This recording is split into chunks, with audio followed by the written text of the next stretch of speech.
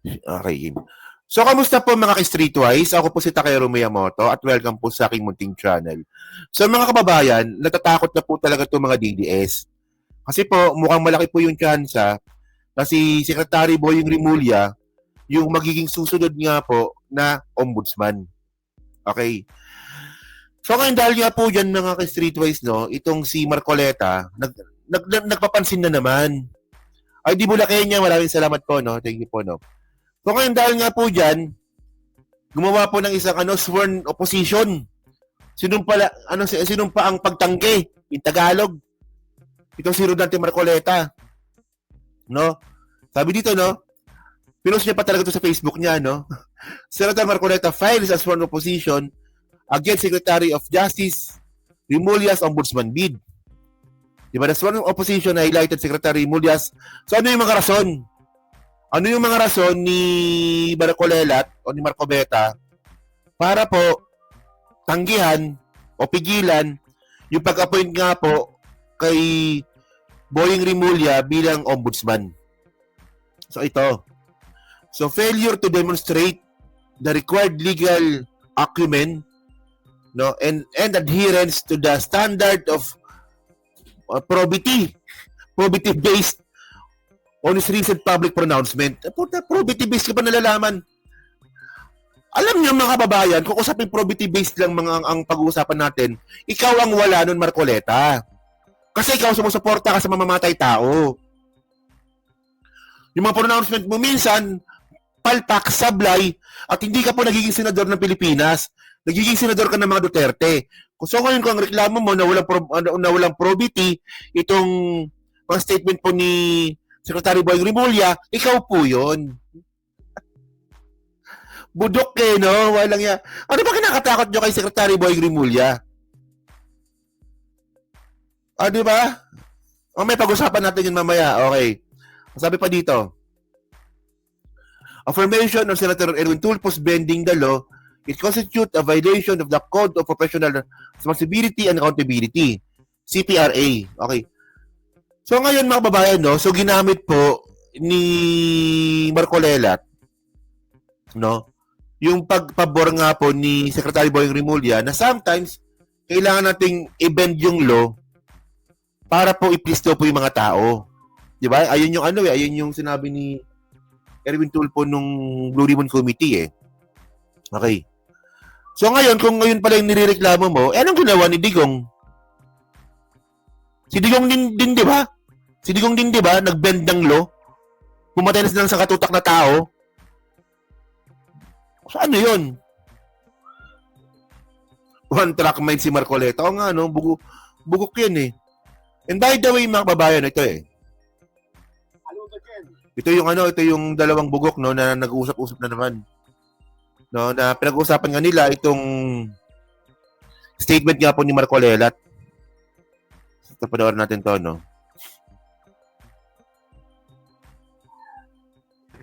Diba si DOJ Secretary Crispin Rimulya ay nagnanais na maging ombudsman Yes, at yan naman talagang gustong-gusto niya. at binigyan siya ng clearance na, di ba? Oo. Dahil may kaso sa ombudsman eh. Oo. Oh, kinakatakot talaga nila to, no? Well, actually, mga kababayan, no? Ito, nasagot na natin to, eh. Yung kaso po ni Boying Rimulya sa ombudsman, wala pong bearing yon. Kasi wala naman po kasi ebidensya si Amy Marcos. Tinan niyo kung paano sila natatakot kay Boying Rimulya, no? Pati si Amy Marcos, gusto rin pong pigilan yung pag-appoint po kay Rimulya bilang ombudsman. Di ba? Test ay binigyan siya ng clearance. Hindi, pero mapilad daw si Amy. Oo, problema, nabigyan na ng clearance eh. Ganun ba? Oo. Nako. Pero, Oh. eto ang bago. Alam nyo, no? Hindi ko talaga type tong style ng ng dalawang yan. Yung, ay, ganun ba? Bakit ganun? Obviously scripted eh. Ang pangit yung magdrama, mga bugok. Kunwari walang alam, grabe yung drama nito, no? Bagong, Eto ang bago. ano daw yan? Pinayagan siya mag-ombudsman? Merong nag-file ng sworn opposition. Pagtutol. Sinumpa ang pagtutol laban sa pagnanais ni Justice Secretary Remulla na maging ombudsman. So ito'y sinumpaan pa niya. Sinumpa ang Yung salaysay. kanyang pagtutol. Oo. Mabigat ito. Alam mo ba kung ano mga dahilan? Dalawa lang ang binigay na dahilan.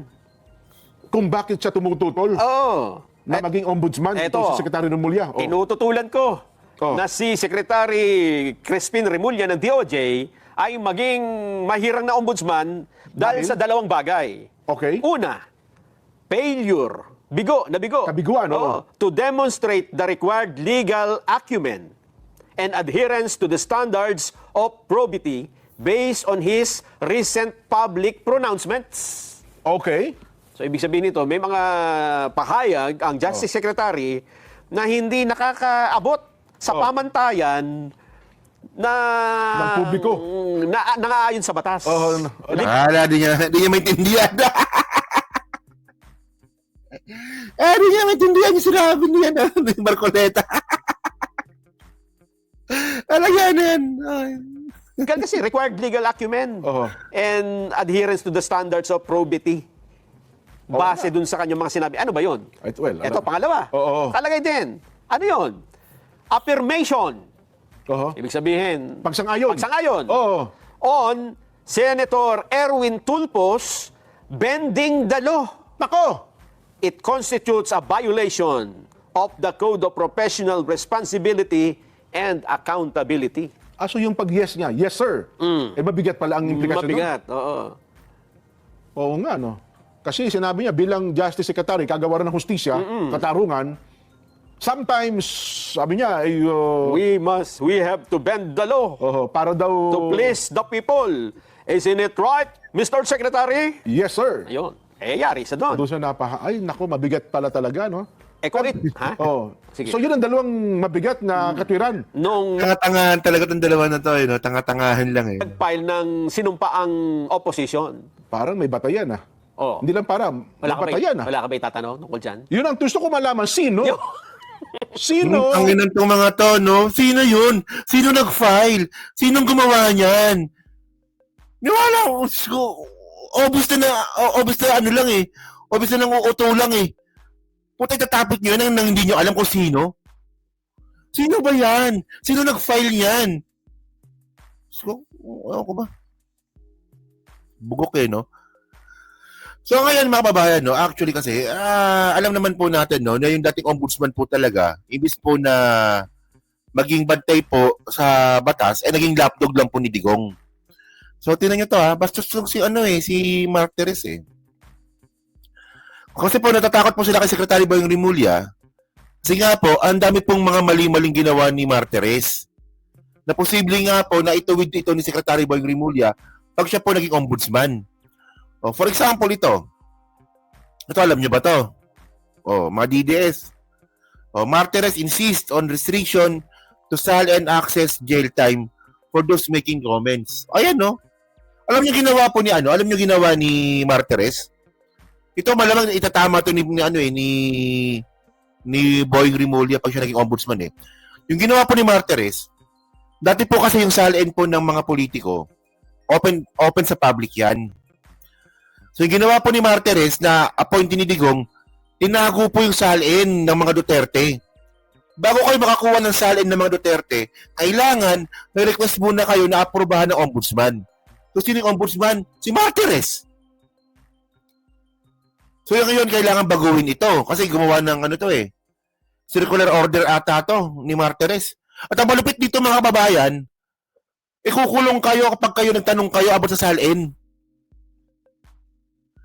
Ganyan po kababoy ang ginawa po ni Mark Teres.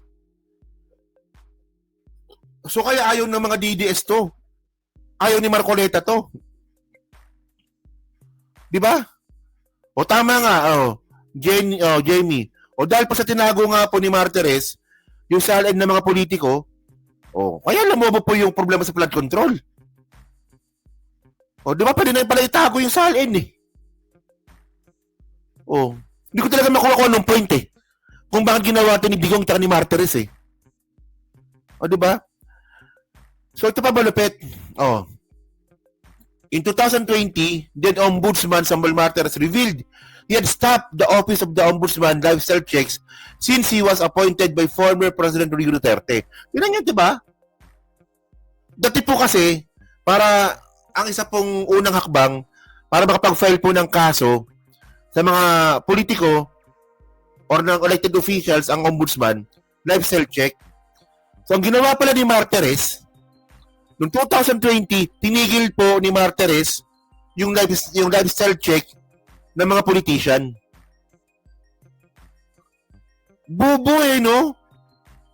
Oh, tapos ngayon, pipigilan ni Amy Marcos na maging ombudsman si Secretary Boying Rimulya?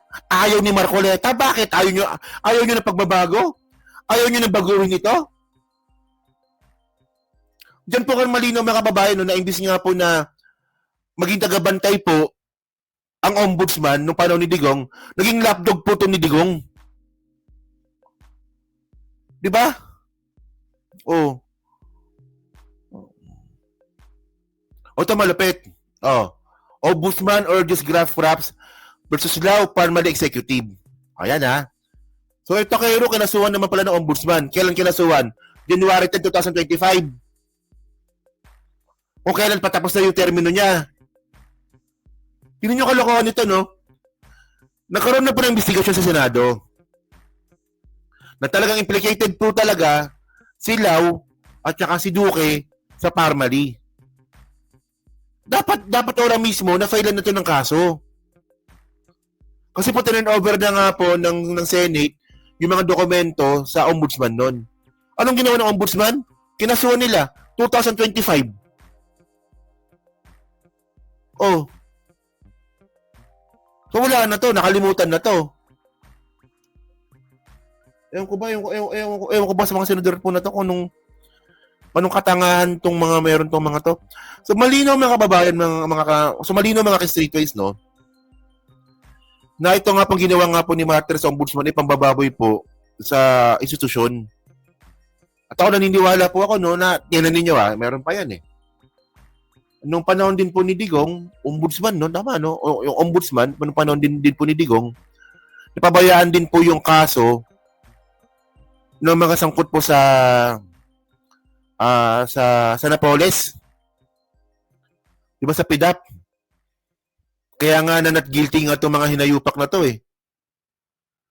Di ba? So ganyan po kababoy. Ganyan po kababoy ang ginawa po ng ombudsman po noong panahon nga po ni Digong.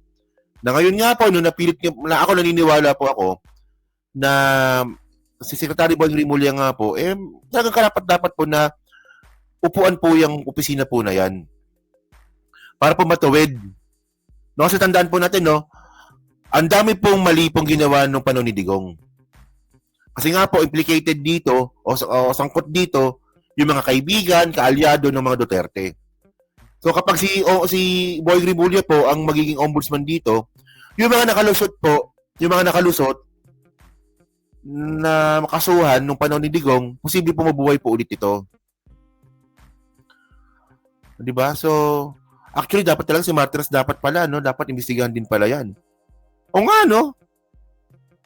Kasi siya yung gumawa ng ng mga circular order para po lumakas ang loob na magnakaw itong mga politiko po na 'to. 'Di ba? So yan talaga, takot sila kay Secretary Boying Rimulya. Kasi tandaan po natin pag si Rimulya naging ombudsman yan, hindi pwedeng tanggalin kaagad yan, kailangan ng impeachment yan. Di ba? Hindi yan katulad ng ina-appoint lang, pag tapos na presidente, tanggal kaagad dito, iba to. Tapos na po termino ni PBBM, si Rimulya nakaupo pa rin sa ombudsman. Kaya takot sila dyan. Di ba? At ngayon, napaghalataan na nga po natin itong si Marcoleta.